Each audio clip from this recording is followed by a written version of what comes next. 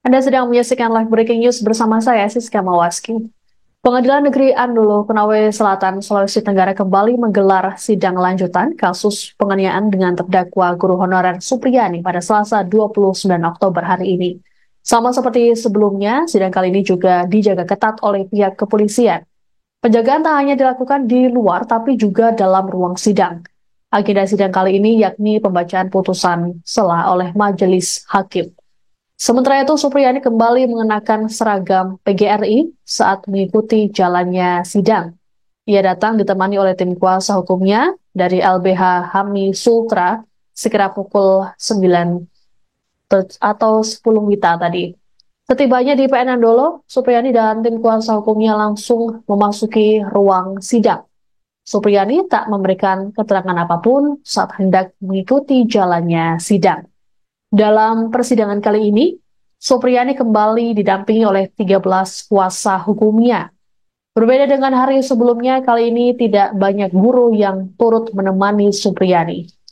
Sebagaimana diketahui, dua sidang sebelumnya, puluhan guru turut memberikan dukungan pada Supriyani. Bahkan mereka sempat menggelar aksi teatrikal hingga pembacaan puisi.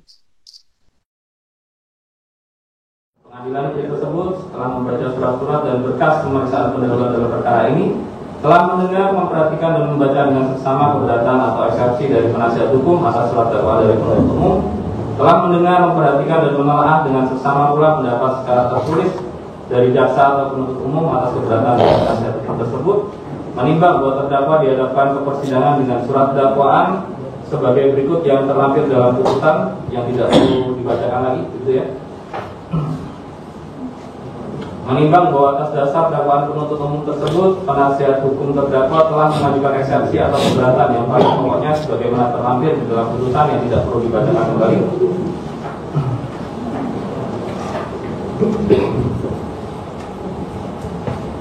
Menimbang bahwa atas keberatan dari penasihat hukum tersebut, penuntut umum telah mengemukakan tanggapan secara tertulis yang pada pokoknya sebagaimana terlampir dalam putusan ini yang tidak perlu dibacakan kembali.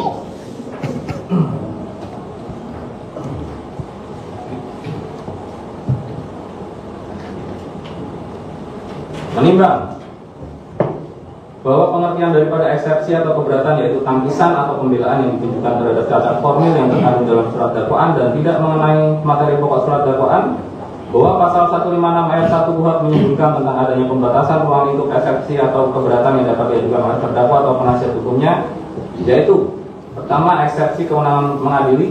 Menimbang bahwa yang dimaksud dengan eksepsi kewenangan mengadili diklasifikasikan sebagai berikut: mengenai pengadilan tidak berwenang secara absolut dan pengadilan tidak berwenang secara relatif. Kedua, eksepsi dakwaan penuntut umum tidak dapat diterima. Menimbang bahwa yang dimaksud eksepsi tersebut adalah mengenai dakwaan mengandung cacat formal, dapat mengenai orang yang didakwa keliru, susunan atau bentuk surat dakwaan yang diajukan penuntut umum salah atau keliru. Ketiga, eksepsi dakwaan penuntut umum harus dibatalkan atau batal dihukum. Menimbang bahwa yang dimaksud eksepsi tersebut adalah dakwaan yang diajukan penuntut umum tidak memenuhi pasal 143 ayat 2 KUHP. Dakwaan yang tidak memenuhi pasal 143 ayat 2 KUHP dianggap kabur yang meliputi dakwaan tidak memuat tanggal dan tanda tangan, dakwaan tidak menyebutkan secara lengkap identitas terdakwa, dakwaan tidak menyebutkan lokus dan tempus delicti, dakwaan tidak cermat, jelas dan lengkap dalam menguraikan tindak pidana yang didakwakan. Menimbang bahwa terhadap keberatan tersebut, majelis hakim mempertimbangkan sebagai berikut.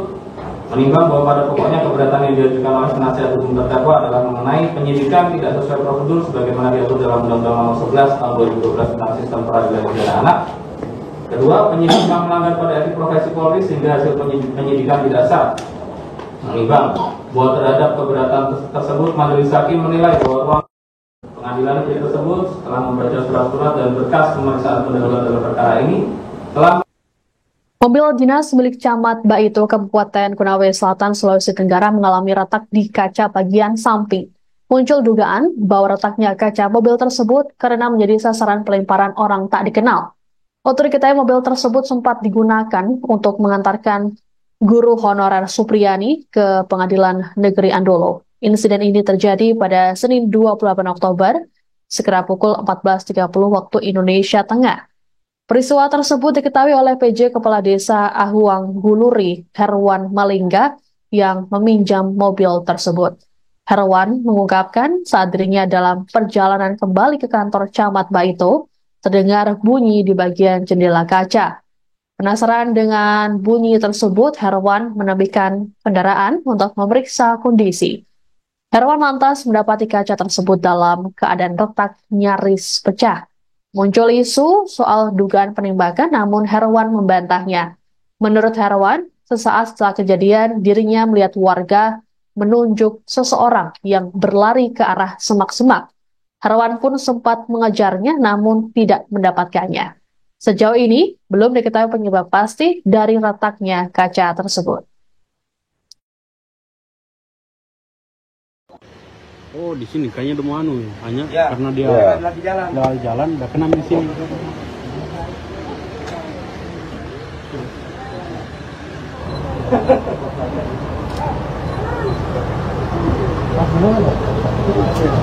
Pulang dari anak saya itu. Sebelum itu kan kenapa tahu? Yang sebelahnya Ini bapak yang bawa ya? Tunggu dulu ya. sebelahnya SD. Iya. Iya, itu. Sebelum SD kan, Ari Bodai. Baik Tribuners, saya Samsul melaporkan ini saya berada di rumah dinas Camat Baito. Hari ini ada insiden teror yang bisa kita lihat bahwa bekas tembakan. Ini mobil dinas Camat Baito mendapat teror hari ini, dan saat ini kita masih berada di rumah dinas Kecamatan Baito, Konawe Selatan. Mungkin yang bawa mungkin bisa diwawancara, Bang? Yang bawa tadi mobil. Debu betul. Di sini, ya. Nggak usah, mohon maaf, nggak usah di video. Jamin di foto saya. Kalau ada yang tanya, bisa di foto. Tuduhan permintaan uang damai sebesar 50 juta rupiah agar kasus guru honorer Supriyani di Konawe Selatan berdampak pada psikologis anggota Polsek Baito Aibda WH. Adapun Aibda WH merupakan anggota kepolisian yang melaporkan kasus Supriyani. Supriyani dituding melakukan pemukulan pada anak Aibda WH hingga mengalami luka. Kuasa hukum Aibda WH, Laude Muhram Naadu, melalui sambungan telepon pada Minggu 27 Oktober mengatakan, tuduhan uang damai 50 juta rupiah merupakan fitnah keji. Muhram memastikan permintaan uang damai sepihak ini sama sekali tidak benar. Selesai kasus ini viral, Aibda WH dan keluarganya jarang bersosialisasi dengan warga setempat. Menurut Muhram, kliennya saat ini stres akibat tuduhan sepihak tersebut. Muhram menyebut Aibda WH sama sekali tak pernah meminta uang damai sebesar 50 juta rupiah. Nominal tersebut terungkap dari ucapan kepala desa yang mendampingi sang guru. Muhram menyebut hal tersebut pun sudah diakui oleh Supriyani sendiri. Isu permintaan uang damai 50 juta rupiah ini bermula saat dilakukan proses mediasi kedua. Kala itu, suami Supriyani disebut mengeluarkan amplop putih berisi uang untuk biaya berobat anak Aibda WH. Melihat tindakan suami Supriyani, Aibda WH pun tersinggung dan kesal. Muhram memastikan kliennya sama sekali tak pernah mengucapkan nominal.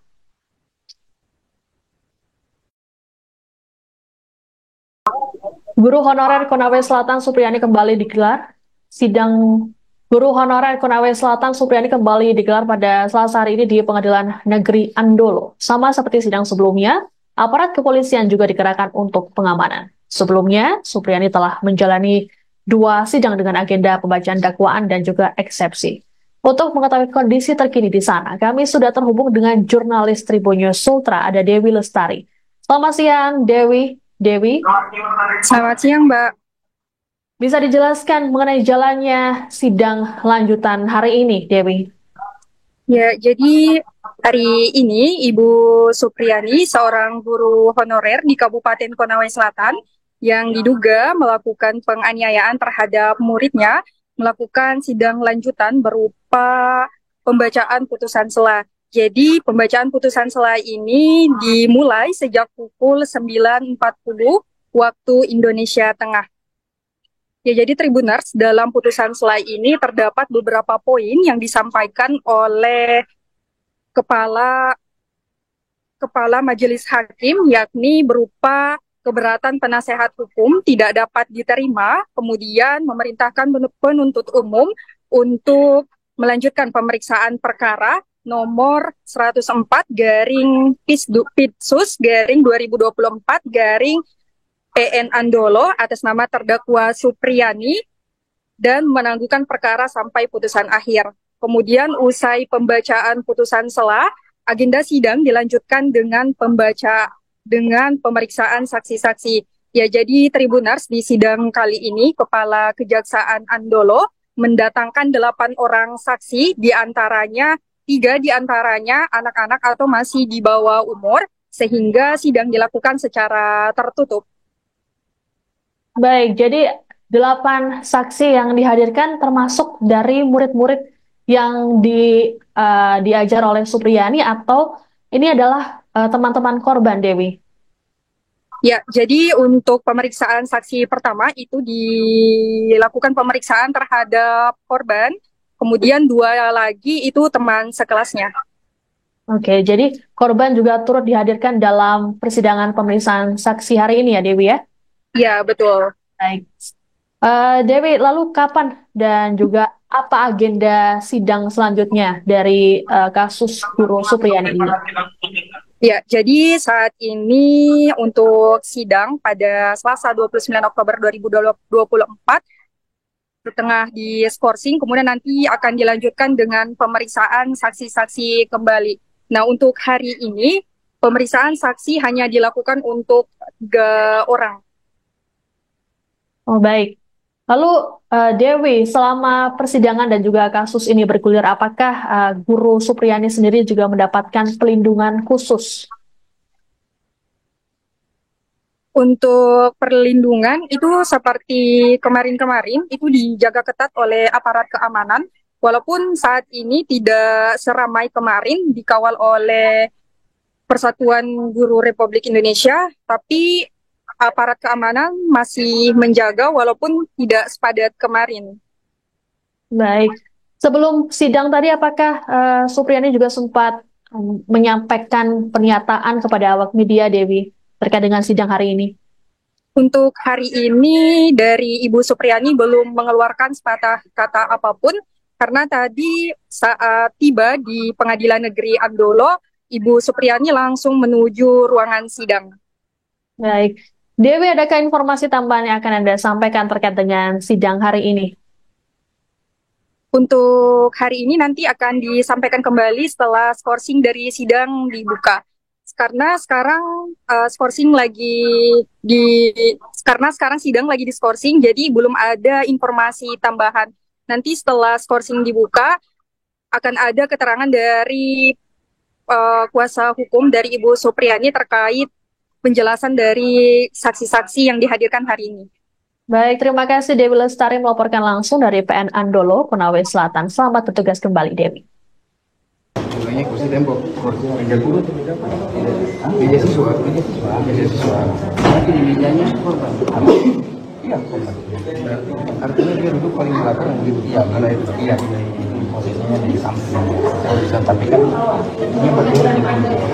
Bukan mulai kapaknya sudah. Oh, berdiri.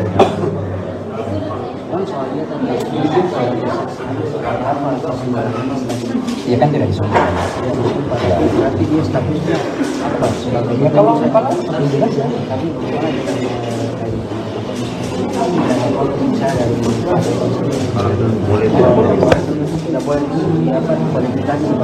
ya kalau itu sudah kita pahami bersama bahwa anak itu tidak bisa jadi dianggap sebagai keterangan saksi, dia paling cuma dianggap sebagai petunjuk.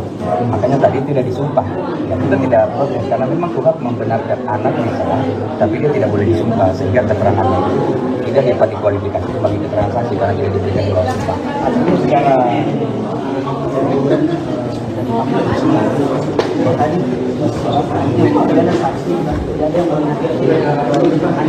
Keterangannya lemah, dikategorikan sebagai keterangan saksi. Nanti kita akan lihat apakah itu bersesuaian dengan saksi yang lain. Iya. Terus dari sini kan tadi kita sudah bisa lihat bahwa memang anak pada prinsipnya bahwa tidak konsisten. Misalnya seperti di BAP jam 10 dari itu lagi dari jam 8.30. Di BAP jam 10, persidangan jam 8.30. Kalau berdasarkan keterangan kronologi kejadiannya bagaimana? Ya kalau di BAP-nya kan semua jam 10 kan. Kalau persidangannya tadi ada yang anggapan bahwa dia dipukul apa mungkin dan itu gimana? Ya makanya kan tadi coba kita respon, kita lihat jadi anak itu katanya di depannya ada meja, di belakangnya ada meja. Dan setelah dari itu tidak kayak ini tembok. Katanya dia dipukul dengan cara yang panjang dari tembok itu dan di belakangnya. Dia tidak tahu katanya karena dia tidak lihat ibu Supri caranya memukul karena dia dipukul dari belakang. Kan yang menjadi ada kursinya di belakang terus kalau dia memberapa cara bagaimana caranya mengayu dia gagangnya tadi kan panjang Sebenarnya lukanya berdasarkan posisinya luar biasa. terus katanya waktu dia dipukul tidak menjadi tidak teriak tapi waktu dipukul itu ada celana tidak ada celana berarti ada yang menghalangi boleh itu bang apa kita menghalangi cara menghalangi itu langsung terjadi luka atau seperti apa? Ya, kalau ya itu kan nanti dilihat tapi kita tidak menanyakan seperti itu. Kita cuma tanyakan apa yang dia rasakan. Dia bilang apakah mau menjerit? Tidak. Dengan luka seperti itu tidak ada teriakan? Tidak ada teriakan, tidak. Ya sebiasa saja. Dia masih lanjut ke celana yang dia gunakan apakah sobek atau enggak. Masih habis itu kan masih lanjut menulis. Sempat dia keluar jajan. Pada waktu itu ada berapa siswa di dalam? Ada 3. Banyak, tapi yang jadi satu nanti kan cuma 2 dengan dia 3. Bang, dengan luka seperti itu si korban ini masih bisa beraktivitas normal seperti itu? Katanya masih menulis, masih tidak menjerit manusia. Itu rasional kan? Ya nanti lagi lah yang pertimbangkan. Selain waktu tadi yang berubah, apa ada perubahan lagi dari BAP? Oh banyak. Seperti misalnya dia pernah kadang dipukul lagi, sering dipukul pakai tangan. Ya kan? Biasa kan dia ngomong begitu. Tadi kitanya tidak pernah. Tidak konsisten ya? Ya memang anak. Namanya anak. Gimana sih? Terus tadi saya tanya juga, saya coba tanya. Kenapa? Kan dia mengaku bahwa awalnya dia bilang bahwa jatuh di sawah kan. Jadi sudah konfirmasi itu bahwa dia jatuh di sawah kan. Nah setelah saya tanya kenapa kamu berubah keterangan, katanya karena saya dimarahi. Nah, karena bapaknya bilang ini tidak mungkin jatuh di sawah. Berarti diakui tadi Bang? Dia jatuh di sawah. Awalnya dia ngomong. Kalau menyebut Bu Supri, kenapa? Ya itu lah, makanya kan saya coba gali. Kenapa kamu tiba-tiba cerita Ibu Supri? Ya karena saya katanya dimarahi sama bapak. Karena bapak tahu bahwa katanya ini bukan jatuh dari sawah. Sebelum dia cerita bahwa Ibu Supri. Dan dia bilang bapaknya ini bukan jatuh, katanya luka jatuh. Tapi sama Bu Supri itu ada alasannya tidak? Kenapa dia begini? Nggak ada, ya dia semua itu bahwa katanya Bu Supri. Nanti dia diarahkan ke bapaknya. Ya itu tadi dia ceritakan saja bahwa ayahnya marah karena waktu dia cerita bahwa dia jatuh di sawah, ayahnya tidak percaya, marah karena ini katanya dia jatuh di sawah. Kemudian setelah dia marah katanya 3 kali, kemudian dia bilang lah bahwa Ibu Supri begitu. Iya. Terima kasih. Kalau dari kuasa hukum sendiri untuk pembuktian seperti apa? Ya kita lihat dulu saksinya mereka. Kita lihat. Oh enggak, dari JP berarti ada anak kan? 8 saksi. 2 lagi. 3 anak. Iya. Ada dewasa. 2 lagi. Bukan. Kata-kata ini kan jelas di basisnya kalau kita belajar ya masih ada di KUHP, tapi kalau belajar hukum tadi ya kita menyelam bersama keadilan yang ada di sini. Untuk pandangan saya tentang kasus Bu Supri ini bagaimana? Kita ikuti proses di pengadilan, sepertinya juga teman-teman jaksa sudah mempersiapkan dengan baik, ya sudah mendengar rasa keadilan yang ada di masyarakat. Kita ikuti proses. Juga yang berkaitan dengan kasus Ibu Supri? Iya, tentu berkaitan dengan itu. kita memberikan pesan ke teman-teman jaksa bahwa penegakan hukum selain berbasis pada hukum juga harus berdasarkan pada hati nurani. Yakin dari Kejagung nggak ke kasus ini? Ada. Jadi sejak kalau kita pantau kan sejak awal kasus ini muncul kan, kemudian dari Kejaksaan Agung masih memberikan perhatian dan kita mengapresiasi. Dari Komjak sendiri pendapatnya terkait para ini Pak? Ya, nanti kan ini proses kita tidak bisa masuk ya, tapi kalau nanti sudah putusan memungkinkan kita nanti putusan apa bisa kita lakukan diskriminasi. Pak, ada dugaan permintaan uang dari kejaksaan untuk penangguhan penahanan sekitar 15 juta, itu informasinya seperti apa? Ya, informasi dari siapa? Ada dari pengacara Pak. Tanyakan kepada pengacara. Sudah didapat Pak info ya, ditanyakan ke pengacaranya saja. Kalau kita tidak menemukan informasi, jadi kita ingin bahwa ini proses penegakan hukum, murni penegakan hukum yang basisnya adalah hukum dan tadi kita sebut tadi kita dihilangkan dugaan-dugaan yang justru menjadi panggung-panggung yang lain. Tapi informasi itu sudah ditelusuri Pak. Kebenarannya kita tidak memiliki kewenangan untuk menelusuri kecuali teman-teman lawyernya melaporkan ke kita. Nanti kita akan telusuri. Pak, kalau pemeriksaan sendiri Pak untuk pihak dari Kejaris ini yang melakukan penerimaan berkas, proses dan lain sebagainya hingga di persidangan ini seperti bagaimana Pak? Kalau sudah selesai putusan nanti kita akan evaluasi. Harusnya bagaimana? Harusnya Ya dari hasil putusan. Kan kita kan ini baru proses putusan setelah pemeriksaan saksi, pembacaan dakwaan kan kemarin.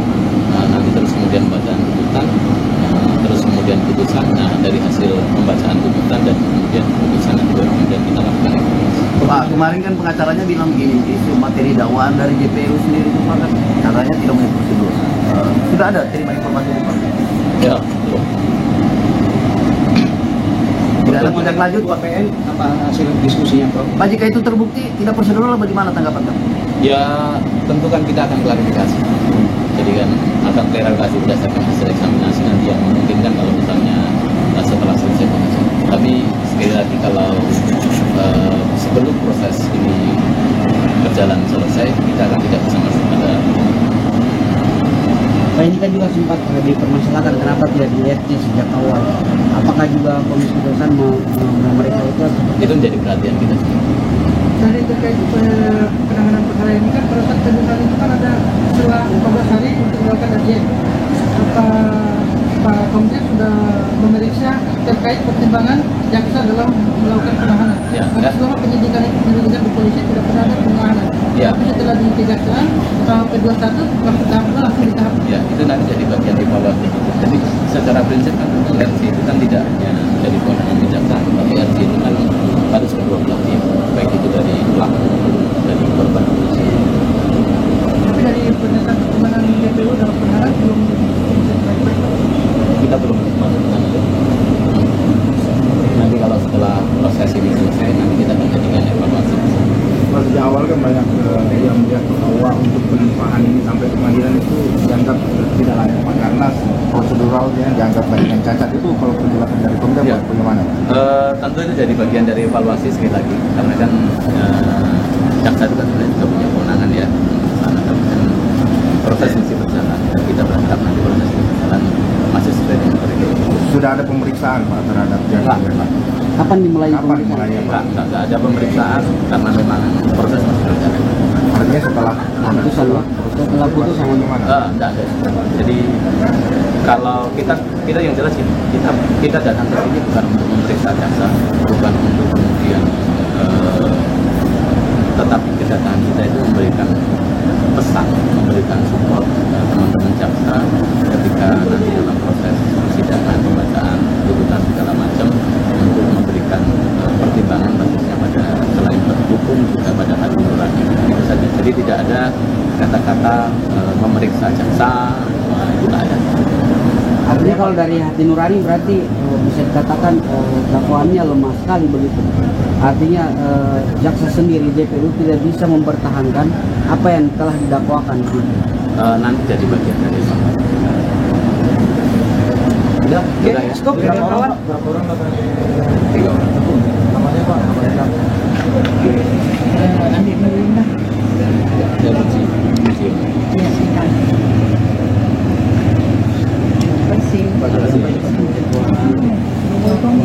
komisi kejaksaan. Download Tribun X sekarang, menghadirkan lokal menjadi Indonesia.